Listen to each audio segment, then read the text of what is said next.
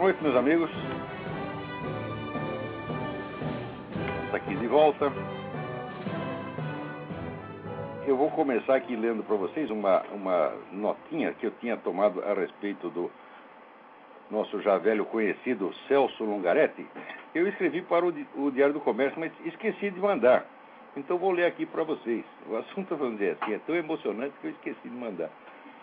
A notinha chama-se Efeito Sanfona. Celso Lungaretti é um zero à esquerda, escrito com lápis sem ponta, num pedaço de papel higiênico que a água da privada já dissolveu. Mas como sai publicado na página do PT, adquire, em compensação da sua imaterialidade, uma espécie de existência oficial. Daí a conveniência de lhe prestar alguma atenção. No seu último artigo, ele volta a insistir na inocuidade do Foro de São Paulo, sem perceber que contraria o próprio conteúdo restante da página. E afirma que, se eu fosse honesto, não diria haver dirigentes comunistas na liderança da América Latina. Apenas caudilhos populistas vendidos ao capitalismo. Não é engraçado ele dizer isso na página do PT? É maravilhoso, porque isso aí evidentemente inclui o próprio Lula. Né? Quer dizer, a página do PT dizendo que o Lula é um caudilho populista vendido ao capitalismo. Né? De passagem, faz meia dúzia de elogios a si próprio, que por caridade omito, e jura que só delatou os companheiros de guerrilha porque apanhou muito e, privado de comida, ficou magro, esquelético, aspas, como os internos dos campos de concentração nazistas, fecha aspas, citação literal. Talvez ele tenha até apanhado, mas o detalhe hiperbólico da magreza auschwitziana reduz a zero a credibilidade da sua conversa. Ele foi preso em abril de 1970 e apareceu na TV 2 meses depois, com as dimensões normais de uma pessoa razoavelmente alimentada. Foi o regime de emagrecimento e engorda mais veloz que já se viu no universo. Né? Tem muitas pessoas interessadas nisso aí. O Lungaretti devia divulgar isso aí, patentear e ganhar uma nota com esse regime. O Lungaretti, que obteve seus 15 minutos de fama em troca do mal que fez a seus amigos, só consegue mais 15 agora porque a esquerda, com a astúcia psicológica que ninguém lhe nega, resolveu tirar proveito publicitário de seus próprios delatores, apresentando como inocentes vítimas do terror ditatorial aqueles que na época ela descrevia como traidores abomináveis. A hipocrisia dessa gente não tem limites. Eu escrevi isso para mandar para lá e até esqueci. Então, vamos lá. Agora, eu recebi uma carta aqui interessantíssima de um cidadão chamado Lúcio de Brito Castelo Branco. Você vê que não é pouca merda aqui. O sujeito possui graduação em Ciências Sociais pela Universidade Federal do Rio de Janeiro, graduação em Ciências Humanas e Filosofia pela Universidade Federal Fluminense, graduação em Psicanálise pelo SPOB, não sei o que é isso, especialização em Planejamento Urbano e Regional pela Universidade Federal do Rio de Janeiro, mestrado em Ciências Sociais pela Universität Erlangen-Nürnberg, doutorado em Ciências Econômicas e Sociais pela Universidade Erlangen-Nürnberg, a mesma, pós-doutorado pelo Instituto Latino-Americano, não sei o que é isso também, pós-doutorado pela mesma Universidade Nuremberg, e atualmente é professor associado da Universidade de Brasília. E aí vai, ele tem um currículo, ele ocupou todos os cargos universitários que existem. Eu vou ler alguns trechos aqui da carta do cidadão, e depois vou comentá-los. Eu vou ler como se não estivesse acontecendo nada, hein? Então vamos lá. Desde a sua autocrítica em um espelho trincado, o imbecil coletivo, aliás, um paradoxo e um ato falho para diluir-se no anonimato, em um nós abstrato, preocupa-me vê-lo inflacionar-se em um movimento de críticas individualizadas e liquidacionistas. Tá bonito, não tá? Trata-se de um narcisismo perverso que revela uma ambiguidade de uma identidade corroída pela autorrepressão de cunho homossexual latente em erupção vulcânica. Lastimo não poder expandir em uma série de pontos de vista compartilhados devido à sua barbárie verbal, uma incontinência que também deve ser acompanhada de funções degetais incontroladas pela incivilidade imanente a um intelectual verborrágico e covarde. Seria interessante vê-lo despir-se da sua pose de pensador francês que solta compulsivamente fumaça pela boca, mas pede o fogo emprestado a um fantasma de si mesmo. Sem preconceito, você seria mais eficaz em suas críticas se deixasse a sua doçura de boneca de ventríloco aflorar. Meu objetivo, atenção, é provocá-la a pensar e agir civilizada e responsavelmente, e desnudar a sua insignificância de pigmeu filosófico, porém tolerante e disposto a respeitar as diferenças e provocações construtivas. Um membro da sua corte sacerdotal informou-me que você é daqueles valentes de tribuna. Para mim, você só tem a coragem de enfiar o dedo no cu de onça morta, como diz o sertanejo. Assinado Lúcio de Brito Castelo Branco. Então, eu tenho algumas dúvidas aqui a respeito, né? Quer dizer, primeiro, eu não sei de que autocrítica que ele está falando. Eu não fiz autocrítica nenhuma no imbecil coletivo, né? E, aliás, do imbecil coletivo, eu me lembro de ter feito uma autocrítica num outro livro, que acho que foi talvez no Silêncio dos Inocentes, que eu dizia que antigamente eu escrevia usando o plural majestático nós, né? Porque era considerada uma coisa de boa educação e eu usava também, mas depois eu achei que isso era uma viadagem e parei. Comecei, quem está escrevendo isso não é nós, sou eu, então eu sou eu mesmo, né? E só fiz essa notinha. Agora ele diz que está no imbecil coletivo, e pior, ele diz que eu escrevo o imbecil coletivo diluindo-me no anonimato, que é exatamente o contrário do que eu faço, né? Agora, o mais bonito vem no parágrafo seguinte, que é um narcisismo perverso que revela uma ambiguidade, uma identidade corroída pela autorrepressão de cunho homossexual latente em erupção vulcânica. Ô Lúcio de Brito, porra, ou é latente ou está em erupção vulcânica, porra. Quer dizer, ou eu sou viado enrustido, ou eu estou dando para todo mundo aí que nem o Luiz Motti. Você faz favor de se decidir, tá certo? Aliás, eu acho que você está meio confuso com esse negócio de homossexual, porque veremos daqui a pouco, daqui umas linhas, né? Agora, além de ser viado, segundo ele, eu também sou cagão, porque olha aqui, não posso expandir uma série de pontos de vista compartilhados devido à sua barbárie verbal, uma incontinência que também deve ser acompanhada de funções degetais incontroladas. Quer dizer que, além de viado, também sou cagão. Agora, ele diz que isso aí é uma provocação construtiva para um debate civilizado, né? Agora, no fim, ele reclama aqui. Meu objetivo é provocá-la a pensar e agir civilizado e responsavelmente, é desnudar a sua insignificância de pigmeu filosófico. Quer dizer, eu sou um pigmeu filosófico, porém ele espera que eu seja tolerante e disposto a respeitar as diferenças e provocações construtivas como essa que ele está fazendo. Não tem nada mais construtiva do que já começar chamando o sujeito de viado e cagão. Isso aí é, vamos dizer, uma crítica elevadíssima, né? E daí ele diz que eu sou um daqueles valentes de tribuna. Para mim, você só tem coragem de enfiar o dedo no cu de onça morta, como diz o sertanejo. Mas que coisa mais estranha, né? Quer dizer, o viado sou eu, e ele está reclamando aqui que eu só enfio o dedo no cu dos outros. Ô Lúcio de Brito, eu sinceramente, eu não vejo nenhum motivo sério para eu enfiar o dedo no seu cu. Tá certo? Por que eu deveria fazer isso? Você faz favor de me explicar? Se eu pôr só no cu de onça morta, esse é problema meu. E isso fica entre eu e as onças mortas. Você não tem que ficar com inveja delas e ficar reclamando que eu só enfio o dedo no cu delas. Se você quer que eu enfio no seu, bom, eu não vejo nenhuma razão séria para fazer isso. Mas se você quer, se você insiste, você pelo menos me permita que eu use uma luva de borracha, porra. Assim não vai dar, você tá entendendo? Mas isso aí é para você ver como é que são esses camaradas que são os professores da universidade, né? O cara aqui com uma lista de títulos. Olha, ô Lúcio de Brito, eu não estou aí para enfiar o dedo no seu cu, mas você pega essa lista de seus títulos aqui e já vai enfiando no cu, né? Preliminarmente. Assim você já não fica tão insatisfeito assim, né? Você não fica lá com inveja das onças mortas. Puta que pariu, onde é que vai parar esse negócio, né? Agora aqui tem uma notícia aqui que eu acho que saiu no UOL, não sei. Campanha quer incentivar hábito de leitura nas casas penais. Que bonito, eles vão agora educar os detentos, eles vão ficar tudo culto, né? Então, olha aqui as biografias que deram para os negros ler. Biografia de Karl Marx, Lenin, Sartre e Charles Chaplin. Dos quatro, o único que não era comunista é o Charles Chaplin. Não era comunista, mas era um puxa-saco de comunista, tá certo? E vem enchendo o Partido Comunista de dinheiro, né? Então, isso aí é o quê? Para desenvolver o hábito de leitura ou para, né, fazer dos detentos um exército de reserva dos partidos comunistas, como vocês sempre fizeram. Isso é costume, isso desde a Revolução Francesa se faz isso, quer dizer, usar os detentos como instrumento, vamos dizer, para criar mais desordem social, como elas já estão criando através do PCC, do Comando Vermelho, etc, etc. E o negócio vai mal, né? Agora, aqui alguém me mandou um comentário feito pelo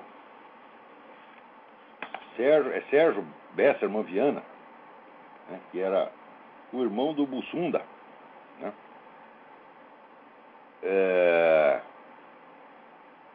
Ele menciona aqui o meu nome, né, para dizer que eu sou um sujeito que despreza as ciências. Ele está aqui defendendo o painel intergovernamental de mudança climática. Ele é um entusiasta aí das medidas globais para controlar o tal do aquecimento global. Então diz ele aqui: anteontem mesmo em Bali, numa extraordinariamente tensa reunião diplomática, a tática final da delegação do governo Bush para aguar a conferência foi voltar atrás do seu reconhecimento ao IPCC e, com base nisso, manter a sua recusa a quaisquer metas. A União Europeia e os demais atores que desejam avançar consideraram uma vitória aceitável uma nota de rodapé no texto final remetendo ao IPCC. Esse negócio está mal escrito pra caramba. Eu também acho que dá ao próximo presidente dos Estados Unidos uma boa margem de manobra para mudar o posicionamento diplomático do país. Ora, esse pessoal do IPCC, o que eles querem é o seguinte: eles querem fechar a indústria americana e deixar que a China, que é o campeão mundial de poluição, continue fazendo o que quiser. Tudo isso aí é, em primeiro lugar, uma picaretagem. Isso aí cientificamente falando, é uma fraude. Não tem a menor prova, mas a mais mínima prova de que a ação humana interfira em mudança de clima, nessa escala que eles estão falando. Não existe nada, né? Agora, politicamente, isso é uma manobra, vamos dizer, desse globalista para fuder com a indústria, com o restinho que sobra aqui da indústria americana e deixar o resto do mundo poluindo quando quiser. A começar pela China. Todo mundo sabe que o país que mais polui é a China. Ninguém fala nada de controlar a indústria chinesa, é só americano. Quer dizer, a coisa tem um viés político tão óbvio, tão bandeiroso, tá certo? Que precisaria ser mais idiota do que eu sou para não enxergar isso. Até eu enxergo isso. Né? Mas daí vai, começa com aquelas metáforas futebolísticas aí, o nosso amigo, que concorre com o estilo Lula, né? A literatura lulesca. Né? É como o Romário, sempre gerando polêmica, mas sempre performando. Pá. Muitas vezes eu discordo do Romário, quer dizer, do IPCC. O que é que o Romário tem que ver com o IPCC? Mas que ele bate um bolão, isso ninguém nega. Mas aí vai. Daí, para tirar a bola dele, não adianta falta nem querer ganhar no grito. Lá no campo da filosofia, onde o jogo é sempre duro, até um craque do time da direita conservadora, o Olavo de Carvalho, dá caneladas. Né? Daí ele cita a frase: tem um solene desprezo pela autoridade do conhecimento científico do nosso tempo. Ele está citando a frase sozinho, ele mesmo diz que ele esclarece que eu não estou falando do IPCC e que ele esclarece isso para que eu não me processe por tirá-lo do contexto, tirar minha frase do contexto, que é exatamente o que ele está fazendo. Ele não está associando essa frase ao IPCC, mas está tirando do contexto. O que ele quer dizer, eu coloquei essa frase no contexto, vamos dizer, de uma crítica muitíssimo séria à própria cientificidade da ciência moderna, crítica baseada no famoso livro do Edmund Husserl, A Crise das Ciências Europeias. Quer dizer, ele tira a frase e quer dizer o seguinte, que eu sou um cara anticientífico, quer dizer, eu sou a favor da macumba, da crendice, etc, etc. Essa é a ideia que ele quer dar. E ainda diz que o sujeito que faz uma besteira dessa é um craque. De porra, tu me chamar de craque e depois mostrar que eu sou me citar como se eu fosse um cretino, isso aí é que eu chamo de sacanagem, né? Agora, o mais bonito vem depois. Enfrentar o aquecimento global exigirá profundas transformações no modo de produzir e consumir, na sociabilidade e na política mundial. Mudanças que o mercado não fará se deixado ao seu ímpeto, e, portanto, ele terá que ser regulado globalmente. O que só faz sentido se o conceito de democracia ultrapassar as fronteiras dos Estados nacionais. Preste atenção o que esse cretino entende por democracia. Democracia significa o controle global do mercado. Quer dizer, vai ter meia dúzia de burocratas lá em Genebra controlando o mercado globalmente, e isso é a expansão da democracia. Oh, mas que beleza, hein? Daí ele diz, radical demais para chavistas. Quer dizer, ele está mais à esquerda do que o Chaves. E ele se gaba disso. Ele diz que o IPCC é revolucionário para herói da Guerra Civil Espanhola nenhum botar defeito. E o que é melhor, a direita também vai ter que dar a ele a bola de ouro. Então, o que ele está dizendo é que esse pessoal do aquecimento global é mais revolucionário do que o Hugo Chávez. Não resta a menor dúvida. Tá certo? Aliás, o Hugo Chávez é uma criatura do globalismo. E o que eu acho engraçado é que o único imperialismo que existe e que funciona no mundo hoje é o desses globalistas, que dominam os organismos internacionais, dão palpite em tudo, querem mandar no mundo. Né? E daí aparece o Hugo Chávez, financiado por esses mesmos caras, dizendo que está lutando contra o imperialismo.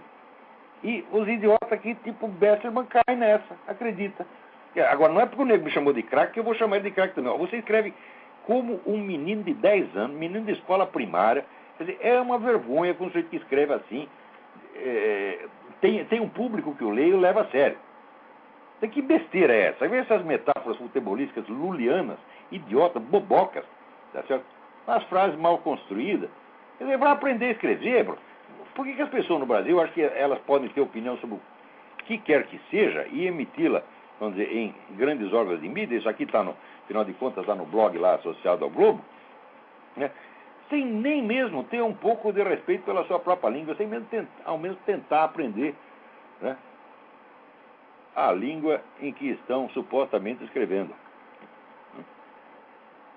Aqui alguém me manda uma notícia dizendo que aquele terrorista italiano, né, de cujo sumiço estão responsabilizando os militares brasileiros, não somente ele era um militante do PCdoB, mas a mãe dele era da cúpula do PCdoB. Ou seja, isso aí é um aparato maoísta internacional, tá certo? Puxando o saco da ditadura mais genocida, assassina que já existiu no planeta, os chineses, né, segundo a pesquisa do R.J. Rummel, que é o maior estudioso do assunto, não matou menos de 73 milhões de pessoas, né, e tinha esse aparato internacional, esses partidos maoístas espalhados aí pelo terceiro mundo, tá certo, para dar um suporte publicitário, né, e até um suporte estratégico para o governo chinês. Note bem que qualquer pessoa que saia hoje fazendo propaganda do nazismo, escrevendo a favor de Hitler, é considerado criminoso até por propaganda retroativa. Quer dizer, o nazismo já acabou, tá certo? O Führer já morreu, já foi todos eles para as picas, já foram tarde, tá certo? Mas se você escrever a favor deles hoje, é considerado legitimação retroativa do genocídio. Agora, se você escreve falando bem de um regime que está fazendo genocídio agora mesmo, é pior ainda, evidentemente. Isso quer dizer, um partido como esse PCdoB não pode existir. Isso é um partido criminoso na sua essência. É um partido defensor do genocídio chinês. Esse partido não pode existir. Essa é uma imoralidade que ele exista. Isto vem do quê? Da fraqueza, tá certo? Da direita internacional. Porque a fraqueza da direita internacional, a direita nem existe. Isso aí é todo um bando de puxa-saco, né? Então, mesmo no tempo, vamos dizer, dos militares, você vê aqueles militares, todos aqueles generais, eram os caras criados dentro da caserna, umas pessoas tímidas, né?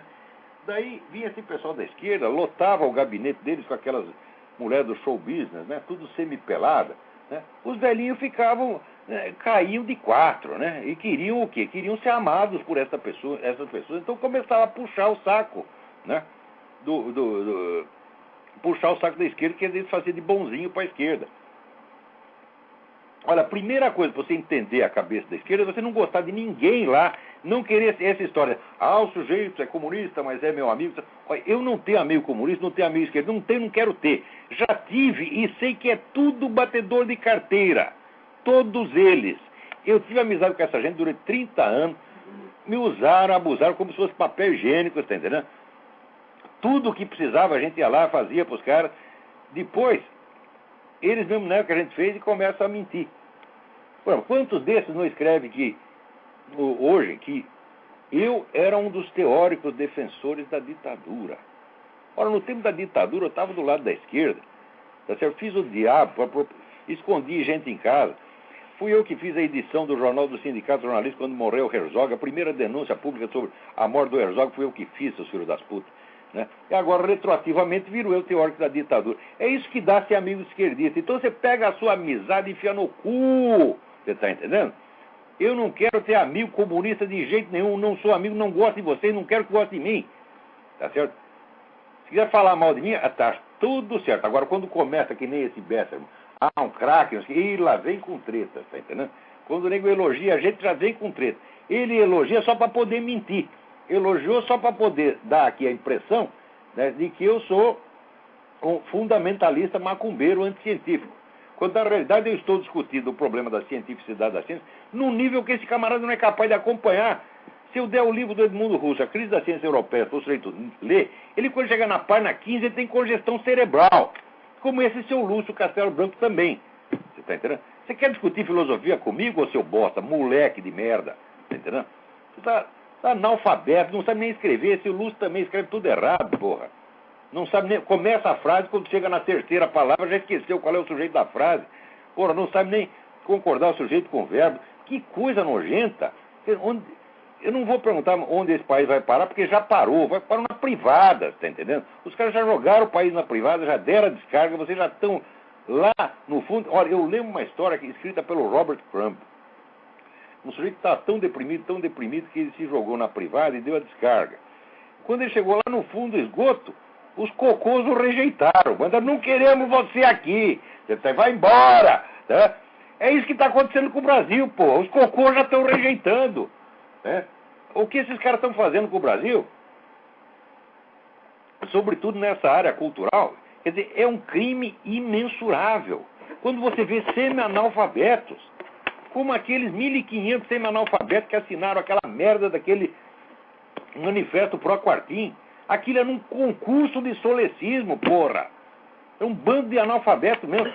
Essa gente está aí ganhando dinheiro do governo, comendo o seu dinheiro, ouvinte. Você paga imposto para alimentar esses vagabundos, filhos da puta. Quer dizer, até onde vocês vão ter paciência com essa coisa? E ainda querer ser amigo e querer ter, vamos dizer, um debate educado. Olha, o dia que eu for educado com um sujeito desse, você pode mandar me internar. Você está entendendo? Porque a coisa mais doce que esses negros merecem ouvir é vai tomar no cu. Quer dizer, com vigarista não se debate. Né? Porque, outro dia eu vi um debate aqui, debate maravilhoso, tá certo? Sobre a guerra civil. Você vê que a guerra civil até hoje é objeto de debate. Se vocês quiserem ver, procure na página americanvision.com e lá tem um debate que você compra por DVD entre dois historiadores, Peter Marshall e Steve Wilkins, um analisando as razões do norte na guerra civil e outro do sul. É uma questão realmente difícil porque os dois lados tinham argumentos seríssimos. E os dois historiadores, né, ambos homens sérios, honestos, conhecem o assunto profundamente.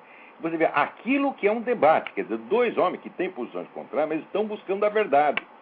Não é uma questão de querer ganhar debate, não. Não é questão de vir com mentirinha, fazer demagogia. Não é isso, não. Então, vejam isso, vocês saberão que é um debate. Por isso mesmo eu digo, no Brasil, eu com esses caras, eu jamais tive um debate. Como é que vai ter debate com a Laura Café? Como é que vai ter debate com o Emir Sader? Como é que vai ter debate com o Leandro Conde? Como é que vai ter debate com o Quartim de Moraes? Isso é tudo um bando de vigarista intelectual como raramente existiu nesse mundo. Com esses caras o que a gente tem que fazer é desmascarar e xingar. Tá certo? Xingar do que eles são. Não é exagerar, não é tentar criar uma realidade por meio da ênfase verbal como eles fazem. Quando eu digo que vocês são vigaristas, eu digo e provo. Né? Como esse porra desse Quartim de Moraes, que primeiro sai se gabando de ter sido condenado por um crime e depois chama de caluniador quem o acusa pelo mesmo crime. O que é para fazer com um sujeito desse, porra? Jogar na privada? Não adianta, o cocô vai rejeitá-lo, porra. Vamos lá. Quem tem alguém na linha aí? Alô? Alô? Alô, Olavo? Quem é? É Alex? Ô, Alex. Oba, tudo bem? Olavo? Tudo bem, fale bem alto, por favor. Primeiramente, parabéns pelo seu programa, completando um ano, né? Aliás, completou, parabéns, seu programa continua ótimo. Obrigado. Olavo, eu queria só falar uma coisa e te perguntar uma outra também, na verdade. Você está por dentro desse negócio da China no Sudão? Qual é a real da China? Olha, eu não tenho informação sobre isso. Prometo que vou pesquisar e digo alguma coisa no próximo programa. Já me levantaram essa lebre aí, o que a China está metendo o dedo lá. Eu não tenho informação correta sobre isso. Prometo que vou procurar. Esse assunto é muito importante e muito obrigado por me lembrar disso. Mas, por enquanto, não tenho opinião não, porque não sei o suficiente. Eu também não sei muita coisa, não. Eu recebo e-mails das pessoas que continuam lendo meu blog, pedem para que eu publique alguma coisa, mas eu também não conheço bem o assunto. Aqui a gente vai descobrir. Nos Estados Unidos, isso aqui é o paraíso da informação. Aqui a gente descobre tudo o que a gente quiser. Né? Bom, a última coisa, então, Olavo, eu só queria te passar uma notícia que eu publiquei recentemente. É uma notícia muito triste, aliás. A China está disponibilizando a primeira frota de ônibus da morte do mundo. Ou seja, a pena de morte na China agora é levada a cabo por ônibus que são levados a qualquer lugar, né, em qualquer província, qualquer cidade, com o intuito de fazer a execução, né, a pena de morte. Já vai o ônibus, já executa o cara local e vai para outra cidade executar mais gente?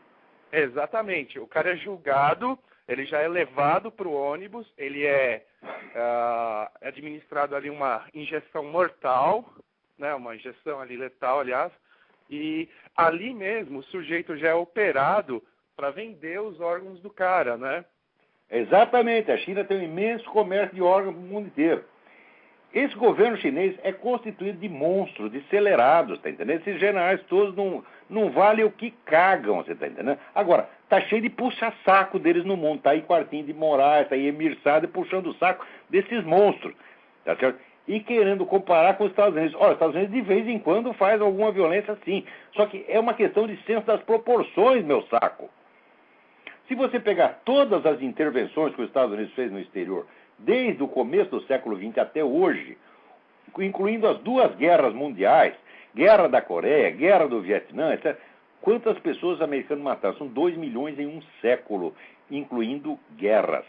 Agora, esse pessoal chinês matou 73 milhões de chineses, não foi em guerra, foi da sua própria população e continua matando. Como é que a gente pode querer um equivalentismo moral entre essas duas coisas? Vocês não têm sendo...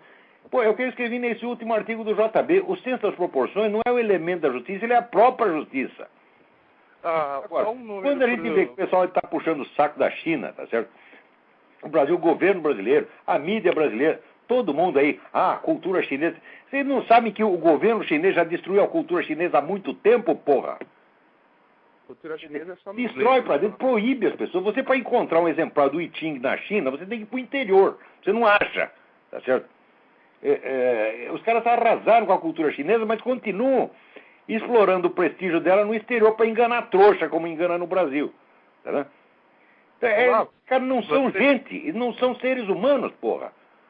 Você tem ideia de quantas pessoas foram executadas, né, pela pena capital ao redor do mundo ano passado? Não. Só na China foram cerca de 3.200 pessoas, só no ano passado. Ou seja, se somar os Estados Unidos, que tem pena de morte... Aqui, para você executar um sujeito, se tem um sujeito lá esperando para ser executado, tem campanha nacional para defender o cara. No mínimo, adiando o negócio por 20 anos, por quê? Porque a opinião pública, a mídia, não deixa. Tá certo? Agora, na China, não. Você mata, né? Por atacado.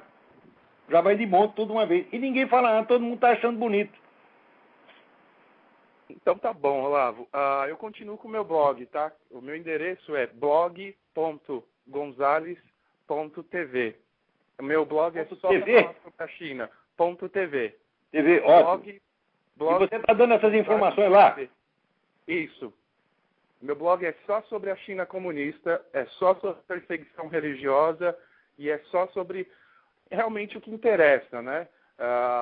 Aqui tem uma fonte de informação muito boa, porque esse pessoal do Falun Gong, né, um monte de Falun Gong fugiu aqui para os Estados Unidos, né? Eles fugiram lá do paraíso chinês e vieram aqui enfrentar os horrores do capitalismo. Então, eles publicam lá um jornal chamado Epoch Times. É com eles que eu tenho contato. Muito bom. Eles dão muita informação assim, em cima da bucha. Inclusive, foi bom você falar porque eu conheci uma menina que trabalha lá, fiquei fazendo entrevista com ela, esqueci. Talvez estou ficando velho gagá. Ainda não estou viado e cagão, como diz o Lúcio, mas gagá eu já estou. Bom, então somos dois, então, porque pro Brasil eu tentei falar com 2 editores da Folha sobre por que na Folha não sai nada de ruim da China, não sai nada. A Folha, aquilo é um bando de puxa-saco de chinês. Eu sei, mas eu queria confrontar eles. Eu fui lá porque eu falei... Aí supõe que o sujeito tem alguma vergonha na cara. Como não tem mesmo, o cara não se sente cobrado.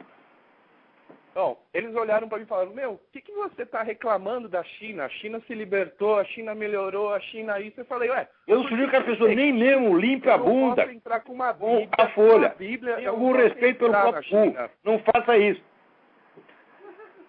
Bom, eu quase briguei com os caras. Eu falei para eles, se o país melhorou tanto, por que eu, um turista, não posso entrar com uma Bíblia na bagagem? Por quê? E por que eles proibiram a Bíblia? Isso foi em agosto de 2007. Era um dos itens que ameaçava... Agora o pior não é isso. O pior é que aqui tem gente querendo imitar o chinês. Não pega, é claro, mas que eles tentam. Criminalizar, vamos dizer... tenta expulsar um professor porque entrou com a Bíblia na escola, né? Demite o bombeiro porque o bombeiro fez um discurso e no fim falou God bless you, né? Os caras vêm tentando perseguir aqui também, mas é que aqui os cristãos reagem, aqui a maioria é cristã, então esses caras acabam se dando mal, mas que eles tentam, isso é que nem barata, rapaz. Você acende a luz, elas tudo se escondem, aí apaga a luz, elas vêm tudo de novo, você vira as costas, eles começam de novo. Quer dizer, esse pessoal quer transformar os Estados Unidos numa China, né? E o Brasil também numa China. Então, obrigado, Alex. Obrigado você, viu, Olavo? Você continua de parabéns. Vai em frente, parabéns pelo seu blog. Espera aí, tem outra pessoa na linha. Vamos lá ver quem é. Tchau, tchau. Tchau, tchau. Alô? Alô? Alô? Acho que caiu a ligação. Hã? Alô? Eu não estou ouvindo nada. Então, olha aqui. Enquanto isso, eu vou comentar um outro negócio, né? Você veja, na mesma semana sai esse decreto do Lula aí, do Mobilização Nacional, Sistema Nacional de Mobilização, Sinamob. Eu gostei desse negócio de mob, porque mob aqui quer dizer a máfia, né? O Sinamob. Então é o sindicato da máfia, Sistema Nacional da Máfia. Né? Faço saber que o Congresso Nacional decreta e eu sanciono a seguinte lei. Dispõe sobre a mobilização nacional. A mobilização nacional quer dizer o seguinte: em caso que o governo ache que o país está, vamos dizer, ameaçado de uma agressão estrangeira, ele pode tomar fábrica de armas, tomar qualquer fábrica, qualquer indústria, tomar os seus bens, pode tomar tudo de uma vez, você está entendendo? Isso que é o tal do Sinamob. Ao mesmo tempo, o pessoal começa a fazer circular, né, aquela coisa assim: Força Militar da Venezuela domina a fronteira com o Brasil. Né? Presença do exército do governo vizinho contrasta com o vazio em Roraima e na Guiana. Né? Quer dizer, eu acho o seguinte, eu acho que já estão montando uma guerra fake com a Venezuela, uma ameaça, um simulacro de guerra. Né? O Hugo Chávez vai nos invadir, então vamos tomar as fábricas todo mundo. Daí toma tudo, o Hugo Chávez não invade merda nenhuma, e fica o Hugo Chávez com poder total na Venezuela e o Lulinha, né? Lulão, né? Com o poder total no Brasil. Você quer apostar que eles vão fazer isso? Eles vão que são cínicos pra caramba e eles pensam longe. Quem está na linha aí? Vamos lá. Alô? Alô, Olavo? Alô, Olavo, tudo bom? Tudo bem, fale bem alto, por favor. Tá, aqui é o Guilherme de Campinas. Eu queria só recomendar um site de um padre americano, católico. Sim, qual é o site? O site é wdtprs.com. Espera aí que eu não entendi nada. Você dá para repetir mais alto? Pode gritar. Tá, é WDTPRS. É a sigla de What Does the Prayer Really Say? WEDPRS. Como é o nome do padre? É o Padre Zuldorf, também conhecido como Padre Z. Ele é um padre conservador, ele mora em Roma, mas ele está sempre nos Estados Unidos. Sei. Vamos ver o site dele. Olha, tem muito site católico bom. Outra coisa, a Igreja Católica aqui nos Estados Unidos é maravilhosa, tá entendendo? Não é essa merda que é essa CNB do B, como diz o Meira Pena, que só serve para puxar saco de comunista e fazer propaganda de aborto, tá certo? Que eu acho que esses caras já tinham que ser tirados de lá a tapa. Olha aqui, fiéis, invadam a CNBB, tirem aqueles caras de lá a tapa. Eles estão todos excomungados, porque tem decreto de Pio XII e João 23 em vigor, excomungando automaticamente quem quer que colabore com regimes do Partido Comunista. A CNBB inteira praticamente está em curso nisso. Você não, fiéis católicos, vocês não devem obediência nenhuma a esses canalhas. Nenhuma! Eles não são sequer membros da igreja, estão excomungados.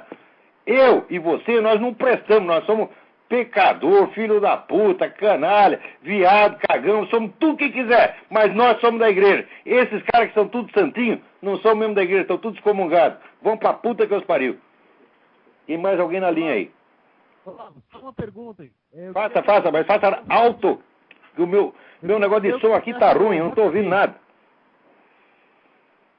O que Alô? você acha do Huckabee que venceu em Iowa? Como é?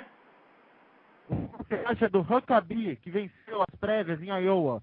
Ele é um cara muito simpático, bem falante, tá entendendo? E o programa dele não é mau. Agora, ele no passado, ele fraquejou muito com esse negócio de esquerdismo. Ele fez muita concessão a essa turma esquerdista, tá entendendo?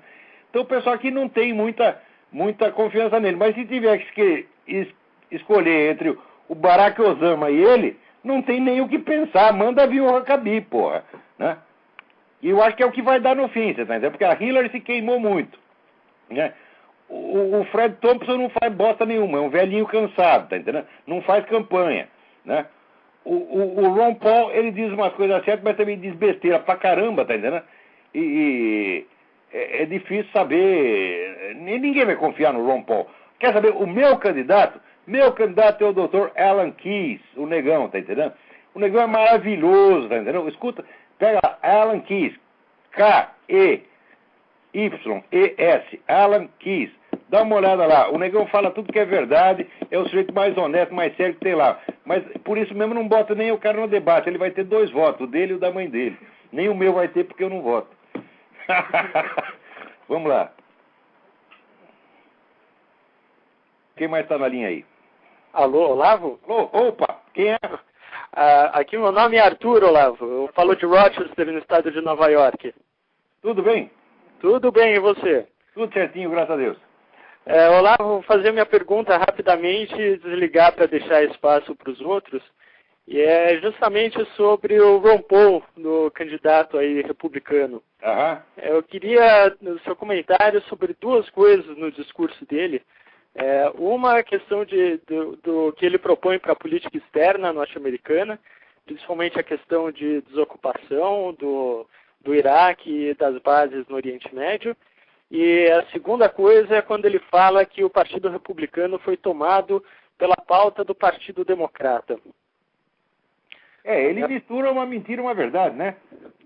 Em primeiro lugar, eu não acredito que esse cara, se fosse eleito, tiraria um único soldado do Iraque. Todo mundo... Você vê, o Partido Democrata inteiro dia que era para fazer isso. Quando eles ganharam a eleição, tomaram a Câmara dos Representantes, tomaram o Senado, falaram, bom, agora eles vão tirar todo mundo. Tiraram alguém? Não tira. Você tirou alguém? Não, eu também não. Eles também não. Não tiraram porque não são loucos. Uma coisa é você falar da boca para fora. Agora, você tira o pessoal do Saddam Hussein, volta tudo, vai fazer o maior genocídio do século, e isso vai para a conta dele. Você acha que o Ron Paul vai querer levar isso vai querer pagar essa conta? Não vai. Então tá da boca para fora também. Agora, tirar o soldado do Iraque todo mundo quer. Não tem ninguém que quer ficar lá. Tá entendendo? Só tem que inventar um jeito de tirar os caras sem provocar uma desgraça. E isso está difícil. Uhum. Agora, que o Partido Republicano se infectou do democrata, bom, isso aí não é de hoje, né? Isso aí, assim, a gente sabe que esses 2 partidos é que nem o negócio do yin e yang. Tem a parte preta com a bolinha branca, e tem a parte branca com a bolinha preta. Essa bolinha é mais ou menos 25% em cada partido. Quer dizer, tem 25% dos democratas que são conservadores. E tem 25% dos republicanos que são esquerdistas. Sempre foi assim. Uhum. Agora, o que eu acho é o seguinte, os republicanos são frouxos. Tá certo? Eles não querem realmente enfrentar os caras com a dureza com que eles são atacados. Mas isso aí é problema crônico da direita mundial. Já tirando 2 ou 3 caras que são valentes, aí tem um bando de cagão. Né? Tá certo. Bom, muito obrigado, Olavo, pelo comentário. E um grande abraço aí. Tudo de bom, boa sorte. Obrigado, tchau, tchau. Oi, mais alguém na linha, vamos lá. Alô? Olavo. Alô, Olavo. Marcelo, como vai? Marcelo, tudo bem? Tudo bem, tô ligando de São Paulo, feliz ano novo para você. Para você também, e para todo mundo aí. O seguinte, queria ouvir sua opinião sobre uma notícia aí que correu semana passada aqui em São Paulo, que é o seguinte: a Universidade Estadual Paulista, Unesp, está abrindo um campus na zona de São Paulo mais populosa, zona leste, com cursos de tecnologia, nível secundário e superior. E o reitor, tal de Marcos Macari, reitor da universidade, ele disse que quer somente jovens moradores da região para estudar nos novos cursos. E o que me chamou a atenção, até mostrei aí para o meu filho, que é uma criança, para falar, me diz onde é que está o errado aqui na frase. Ele diz o seguinte: a intenção é fazer inclusão. E o moleque vai lá, olha, vê aquilo e mata, né? Fala, que caso de inclusão é essa, que exclui todo mundo? Exato, aí eu falei, você exclui o pessoal do centro, das outras 3 regiões, né? Não sei, o que você acha disso? Quer dizer, é mais uma picaretagem. De valores. É demagogia. Essa terminologia. Os caras estão aí com sacanagem. Quer dizer, eles acham que vamos dizer, o direito de acesso à universidade é uma coisa que está na mão deles para eles regularem, em vantagem dos grupos que lhes são afins. No fim, é isso que estão querendo. Eles criam toda uma neologia. A seleção é geográfica, né? Não é seleção racial. Mas é a mesma coisa, né? Sem dúvida é a mesma coisa. É injusto da mesma forma, é para todas as universidades. Eles são os distribuidores dos direitos, porque os direitos, você tem 2 concepções do direito. Uma que diz que os direitos foram dados ao homem por Deus, ao ser humano, foram dados ao ser humano por Deus, ninguém pode tirar, nem pode alterar. E tem outra que acha que os direitos são concessões do Estado, são concessões do PT, ou dessa porra do Partido Democrata aqui, tá entendendo? Então o pessoal tem que escolher. Ou todos temos direitos iguais, né? Ou alguns são mais iguais do que os outros. Agora, sempre vem a desculpa. No ano passado nós fomos prejudicados, no século passado, no milênio anterior nós fomos prejudicados, então agora nós temos que ter mais direito que você para compensar. Né? E que merda é essa? Quer dizer que o seu tetravô foi lá ferrado e agora você vai ter um direito a mais do que eu? Né? Quer dizer, você vai dar a um direito a mais para compensar o que foi tomado de outro. E que foi tirado até hipoteticamente, como esse negócio de quilombo que estão fazendo agora. Tem que chegar lá e dizer, aqui o meu avô tinha um quilombo aqui, sai daí. Você tem que sair da sua casa e ele ocupa aquele negócio, dizendo que o quilombo é dele. Quer dizer, tudo isso aí é uma roubalheira sem fim. É uma coisa assim, cuja desonestidade salta aos olhos. O pessoal sai na rua e vem um cartaz assim, olha, sou picareta, só não vê quem não quer, porra. Eles criam todo um neologismo hoje, né, Olavo? Eles começam por prostituir a linguagem para confundir as pessoas, são especialistas nisso. Exato. Ok, Olavo, olha, um grande abraço para você. Lá para enganar a trouxa. Agora Olavo, fazem isso no mundo inteiro, aqui também fazem, só que acontece o seguinte, aqui tem muita gente inteligente que acompanha e mata a charada na hora, tá entendendo? O cara acabou de falar aquilo, no dia seguinte alguém já pega. Agora no Brasil, não. O brasileiro não lê livro, o brasileiro não sabe nada, o brasileiro no máximo lê a Folha de São Paulo, que é melhor não ler nada. Tá bom. Então, boa sorte aí. Um abraço. Atenção, aqui eu queria avisar uma coisa. Em abril eu vou dar o curso aqui em Colonial Heights, curso de Filosofia Política. Né? Então, os interessados, por favor, anotem aí o telefone. O responsável chama o senhor Eduí.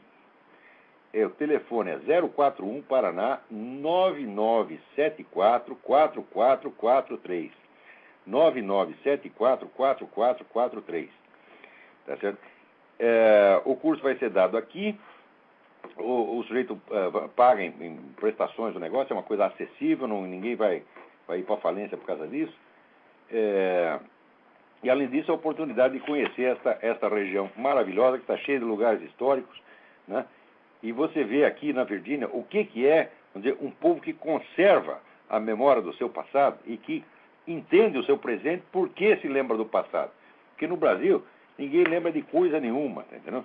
Se você vê o que fizeram em São Paulo, que apagaram a cidade, né? Encheram de... Quer dizer, a especulação imobiliária liquidou com a cidade. Entendeu? E, então, vamos dizer, o último restinho de memória que sobrou é ali o pátio do colégio, o Museu de Ipiranga, o resto foi tudo para as picas. Né? Peraí, cadê as cartas que eu ia comentar? Não. Ah, tinha umas 2 cartas aqui. Poxa vida.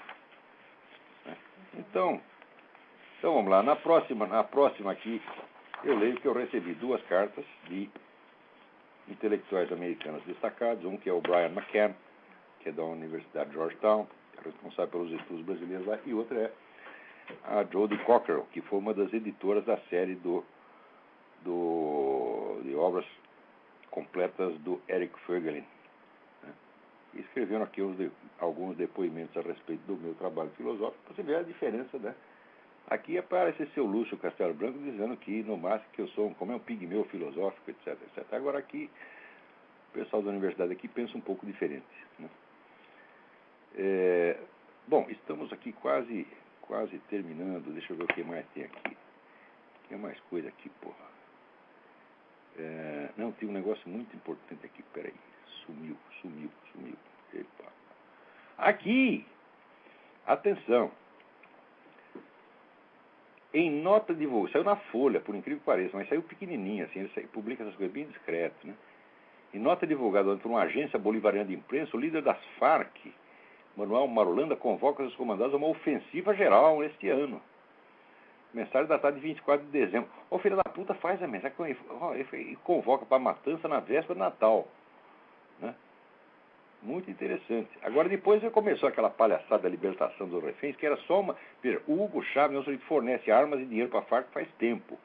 Então, agora ele inventou, né, um pretexto para mandar dinheiro legalmente, ele ia mandar não sei quantos milhões de dólares para os caras, em troca dos tais dos reféns. Ele já estava mandando dinheiro sem refém nenhum, né, vai mandar dinheiro mesmo, então aproveita e já faz uma propagandinha. No fim, deu tudo errado. Né?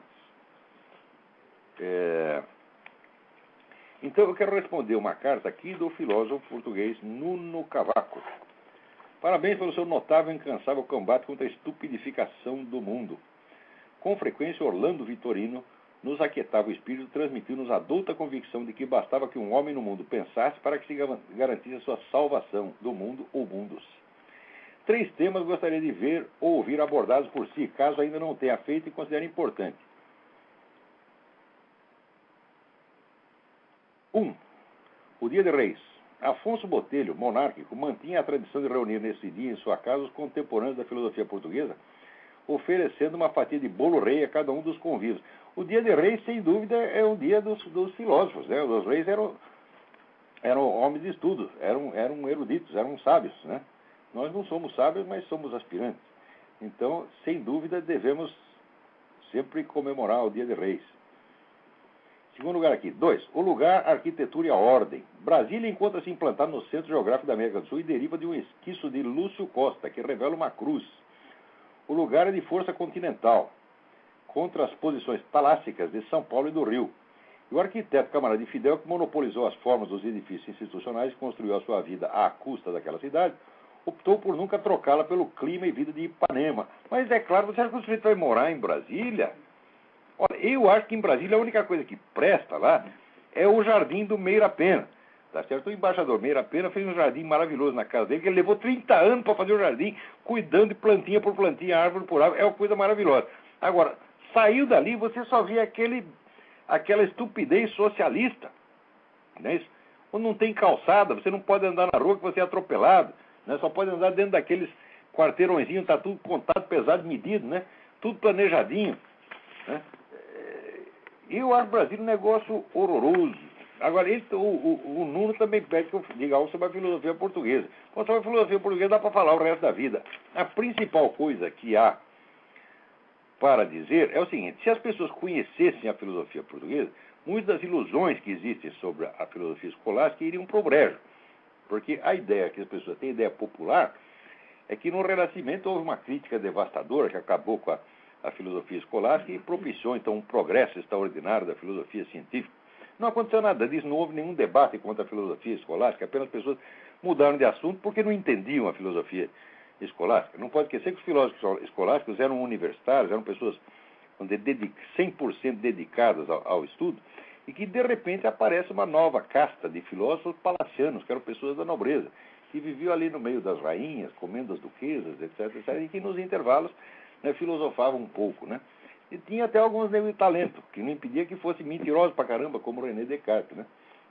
E Galileu Galilei, 2 embrulhões de marca, como já, se não demonstrei ainda, vou demonstrar mais tarde. Mas, quando você vai ver a escolástica portuguesa, sobretudo ali no cursos filosóficos conimbricenses, você vê que esse pessoal, em pleno século XVI, já estava falando até de física relativista, estava falando da economia de mercado. Os sujeitos eram clarividentes. E o único filósofo moderno que tirou algum proveito disso foi Leibniz. Leibniz dizia que a filosofia portuguesa recompensava amplamente, né, o estudioso que a ela se dedicasse. Infelizmente, o exemplo de Leibniz não foi seguido por quase ninguém, exceto o nosso Mário Ferreira dos Santos, que conhecia a filosofia escolástica, inclusive a portuguesa, de trás para diante.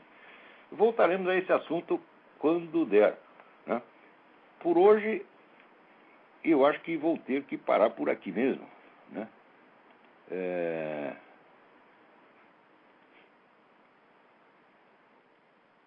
Eu acho que acabou já, né, o nosso tempo. Tem muitos assuntos importantes, inclusive o pessoal militar aí protestando contra essa sacanagem desse juiz italiano, que isso aí é manobra de comunista para fazer propaganda. Vai ficar horrorizado com a Operação Condor. A Operação Condor foi uma reação tardia a uma guerrilha que já tinha matado milhares de pessoas. Tá certo? E ficam preocupados porque alguém, né, prendeu, matou, sequestrou um guerrilheiro maoísta. Fala, pô, um guerrilheiro maoísta? E quantos maoístas mataram, meu Deus do céu? Por que ficam tão preocupados com esse um e os milhões de pessoas que ele mataram para tudo quanto é lado? A gente vai esquecer. Tem mais alguém na linha. Vamos atender mais um, é rapidinho. Alô? Alô? Alô, Olavo? Sim. É o Carlos.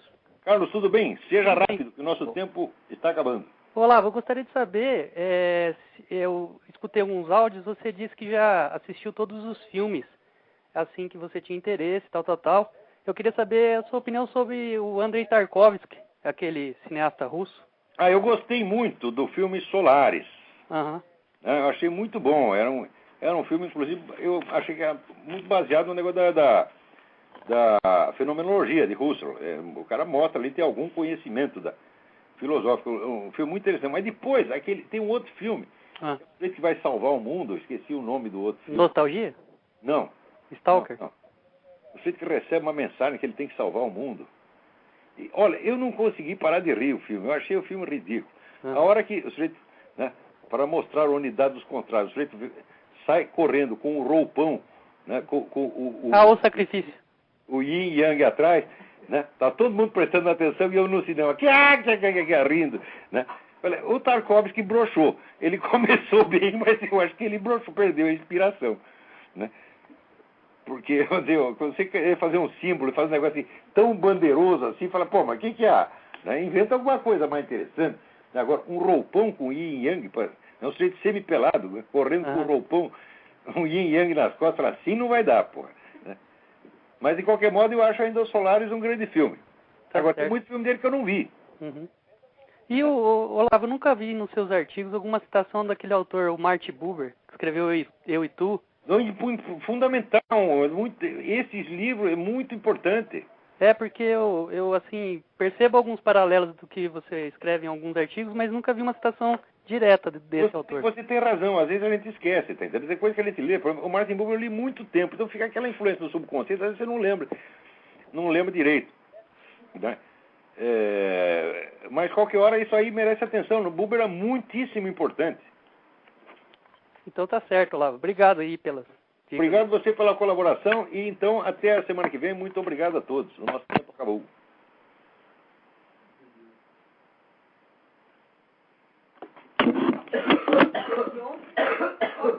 Ligou aí? Tem certeza? Que viadinho esse último.